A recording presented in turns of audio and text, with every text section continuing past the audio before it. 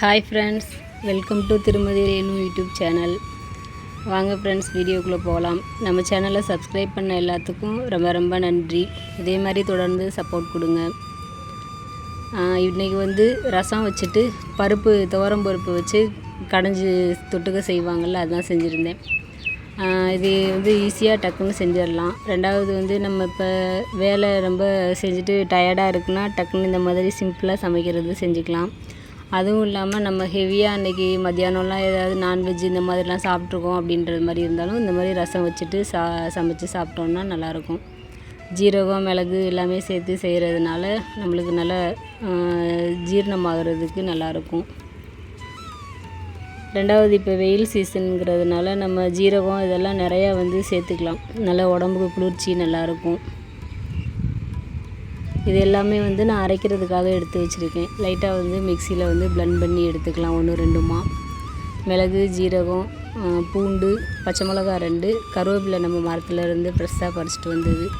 அதை அப்படியே குச்சியோடையே கொஞ்சம் கழுவிட்டு போட்டுக்குவேன், உருவிட்டு போடாமல். புளி கொஞ்சமாக ஊற வச்சுருக்கேன். அது கூட தக்காளியை கட் பண்ணி சேர்த்துட்டு பிசைஞ்சிக்கலாம். இந்த மாதிரி டேஸ்ட்டில் கண்டிப்பாக செஞ்சு பாருங்கள் ஒரு டைம். நல்லாயிருக்கும். ரசம் எல்லாத்துக்குமே ரொம்ப பிடிக்கும்.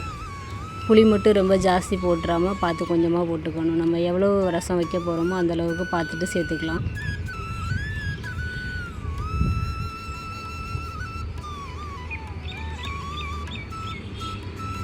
இது தக்காளி சேர்த்து நல்லா நசுக்கி பிசைஞ்சிக்கணும். உப்பு, மஞ்சத்தூள் அதுவுமே சேர்த்துட்டு கலந்துக்கணும்.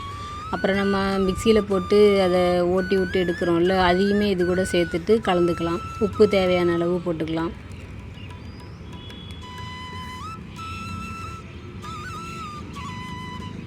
இதுலேயே மஞ்சள், உப்பு தூளும் சேர்த்துக்கிட்டேன்.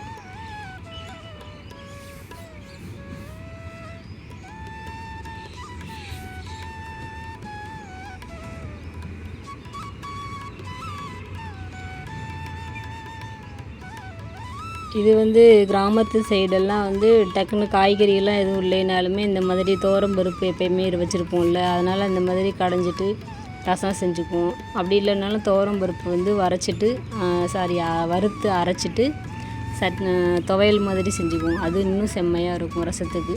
துவரம் பருப்பு துவையல் இப்போ நம்ம எடுத்து வச்சதெல்லாம் மிக்சியில் போட்டுட்டு ஓட்டி விட்டுக்கலாம் 1-2. எப்போயுமே ரசம் செய்கிறப்ப கருவேப்பிலை கண்டிப்பாக போட்டுட்டு அதில் ஓட்டி விட்டுடுங்க. நல்ல வாசமாக சூப்பராக இருக்கும். கலருமே நல்லா க்ரீன் கலர் கலந்தது மாதிரி சூப்பராக இருக்கும் ரசம் பார்க்குறதுக்கு. மஞ்சத்தூள் எல்லாம் சேர்த்துருக்கிறதுனால வாசமும் சூப்பராக இருக்கும். டேஸ்ட்டு நல்லாயிருக்கும். மல்லித்தலை லாஸ்ட்டாக கொஞ்சம் தூவிக்கலாம். அன்றைக்கி நம்ம ஏற்கனவே முதல் நாள் வாங்கினதில் கொஞ்சம் தான் இருந்துச்சு மல்லித்தலை. அதனால் லாஸ்ட்டாக இறக்குறப்ப மட்டும் தூவிக்கிட்டேன் கொஞ்சம். அரைச்சது இப்போ நம்ம கரைச்சி வச்சதோடு சேர்த்துட்டு மிக்ஸ் பண்ணிக்கலாம்.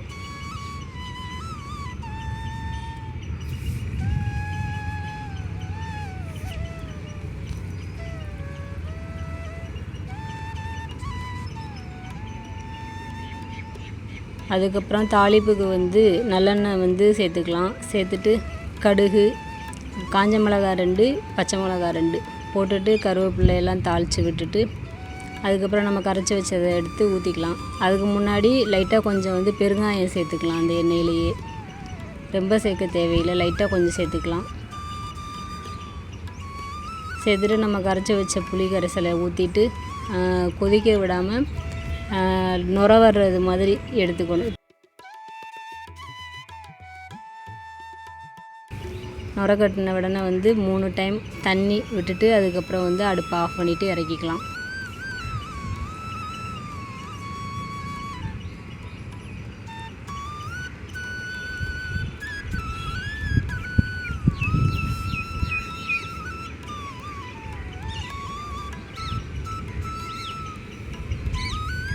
இப்போயே தேவையான அளவு தண்ணி சேர்த்துக்கலாம்.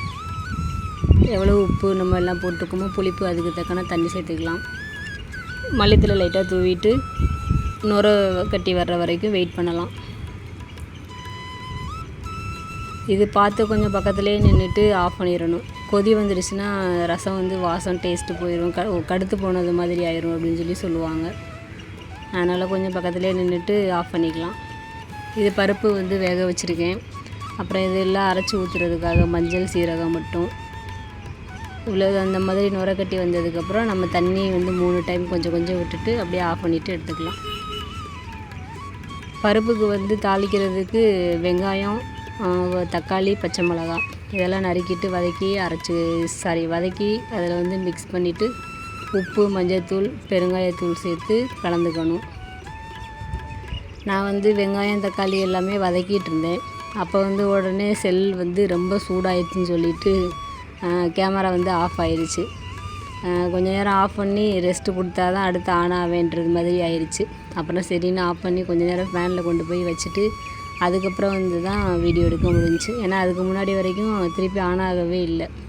கூல் பண்ணணும்னு சொல்லிட்டு மெசேஜ் மாதிரி வந்துகிட்டே இருந்துச்சு. அதுக்கப்புறம் சரின்னு வச்சுட்டேன். இது பருப்புக்கு தான் தாளித்து கொட்டிக்கிறதுக்கு ரெடி பண்ணிகிட்டு இருந்தேன்.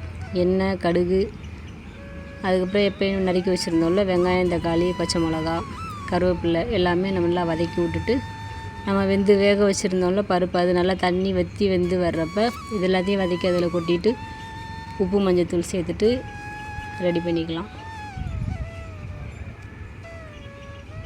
சாதமும் வந்து அடுப்பில் வேக வச்சாச்சு.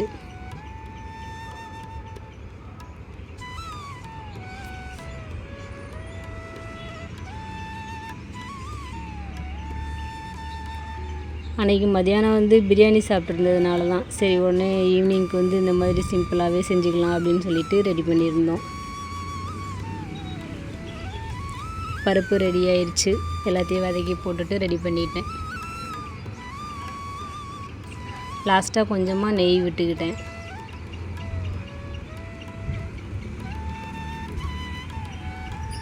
இந்த வீடியோவை இவ்வளோ நேரம் பொறுமையாக பார்த்த எல்லாத்துக்கும் ரொம்ப ரொம்ப நன்றி. இதே மாதிரி தொடர்ந்து சப்போர்ட் கொடுங்க. தேங்க்ஸ் ஃபார் வாட்சிங்.